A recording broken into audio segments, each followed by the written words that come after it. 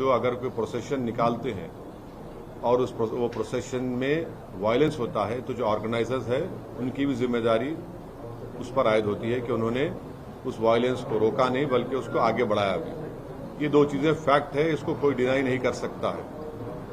और तीसरी बात यह है कि जो कुछ बिहार में हुआ है, बिहार शरीफ में, जहां पर एक 100 साला मदरसे अजीजिया को जला दिया गया, एक मस्जिद के मीनार को डैमेज किया गया और वहां पर एक टारगेटेड मुस्लिम माइनॉरिटी के दुकानों को निशाना बनाया गया, इससे साफ जाहिर है कि इसमें बहुत बड़ी प्लानिंग हुई है। और बिहार की नीतीश कुमार और तेजस्वी की सरकार को ये मालूम था कि नालंदा एक सेंसिटिव डिस्ट्रिक्ट है, नीतीश कुमार मुख्यमंत्री का होम डिस्ट्रिक्ट है, उसके बावजूद भी आप सासाराम में भी गड़बड़ हुई।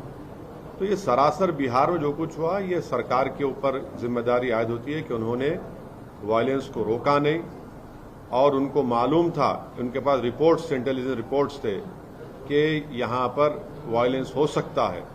2016 में भी इस तरह का एक वायलेंस नालंदा में हुआ था और अफसोस की बात यह है कि वहां पर एक मदरसे अजीजिया को पूरा जला दिया गया। 100 साल का मदरसा, 4000 किताबें उसमें, कुरान करीम भी है, इन्हें मैन्युस्क्रिप्ट से, रेयर मैन्युस्क्रिप्ट, उसको जला दिया गया है। और आपके वहां हुकूमत की नाकामी। और आप देखिए कि नीतीश कुमार जो है उन पे कोई रिमोर्स ही नहीं है, उनको कोई तकलीफ ही नहीं हो रही उनको। कल इफ्तार की पार्टी में चले गए, टोपी सर पर पहन लिए, शॉल पहन लिए, अरे कुछ तो हमदर्दी दिखाते, गम दिखाते। और वो आरजेडी का जो नेता है वो कहता है कि ट्वीट कर दिया। अरे भाई जबान से बोलो ना, कंडेम करो। तो ये पूरी खुली साजिश है कि बीजेपी इस तरह से ये जो राइट हुआ है बिहार में उसके जरिए से वो अपना कंसोलिडेशन करना चाहते हैं। और नीतीश कुमार और तेजस्वी यादव ये चाहते हैं कि मुसलमानों को बिहार के हमेशा उनके दिलों में खौफ पैदा कर दिया जाए। तो सुनिए, ट्वीट से काम नहीं होगा। आप सत्ता में हैं, आप मंत्री हैं, आप पावर शेयर कर रहे हैं, क्यों नहीं अभी तक आप और आपके चचा जाकर उस जगह का इंस्पेक्शन करते, उस मदरसे अजीजिया का, उस मस्जिद को जो जाने की कोशिश की गई थी? क्यों नहीं आपकी सरकार ने अब तक कंपनसेशन का ऐलान किया? क्यों नहीं अभी तक आपने उन पुलिस वालों के खिलाफ एक्शन लिया जिनकी मौजूदगी में वायलेंस हुआ? क्यों नहीं आप ये अरेस्टिंग जो लोग किए कर रहे हैं? ये तो इनकी नाकामी है, बिल्कुल सरासर इनकी नाकामी है और हम कंडेम करते हैं। और देश के होम मिनिस्टर बोलते हैं कि वो उल्टा लटका देंगे अगर उनकी सरकार होती। तो फिर वडोदरा में क्या हुआ? उल्टा लटका देंगे तो कर्नाटका में इदरीस पाशा को जिसने मारा उसको उल्टा लटकाएंगे होम मिनिस्टर साहब। कर्नाटका में आपकी सरकार है ना, आपका मुख्यमंत्री है।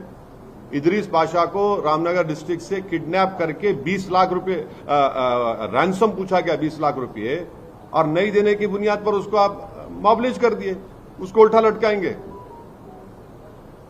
जुनैद नसीर को हरियाणा में मार दिए ले जाकर, क्या होम मिनिस्टर अमित शाह उन जो मारने वालों को उल्टा लटकाएंगे?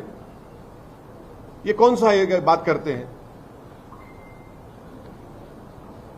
तो बंगाल के हिंसा को कैसे देख रहे हैं? मैं जो वायलेंस होता है उसकी जिम्मेदारी स्टेट गवर्नमेंट पर आयद होती है, वो उनकी नाकामी है। और जो प्रोसेशन निकालते हैं उन पर भी जिम्मेदारी आयद होती है कि उनका प्रोसेशन निकाला गया, उनकी भी जिम्मेदारी होती है कि वायलेंस को ना होने दें।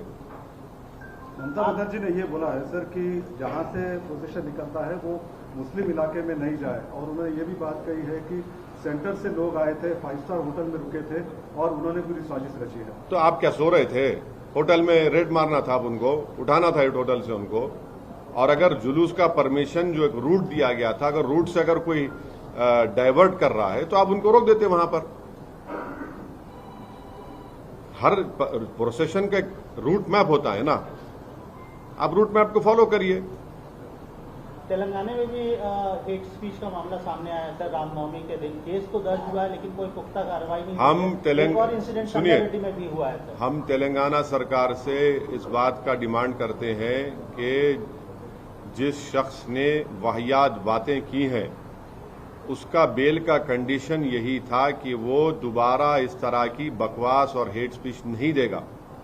उन्होंने इस तरह का भाषण देकर अपने बेल कंडीशन का वायलेशन किया है। हम उम्मीद करते हैं कि हाई कोर्ट में उनका बेल कैंसलेशन के लिए कमिश्नर ऑफ पुलिस और यहां का एडमिनिस्ट्रेशन उस पर एक्शन लेगा और उसी शख्स के खिलाफ महाराष्ट्र में भी एफआईआर हुआ है। तो वो बार बार अपने ही बेल के कंडीशंस को वायलेट कर रहे हैं और ये फिट केस है उनके खिलाफ लीगली आगे बढ़ने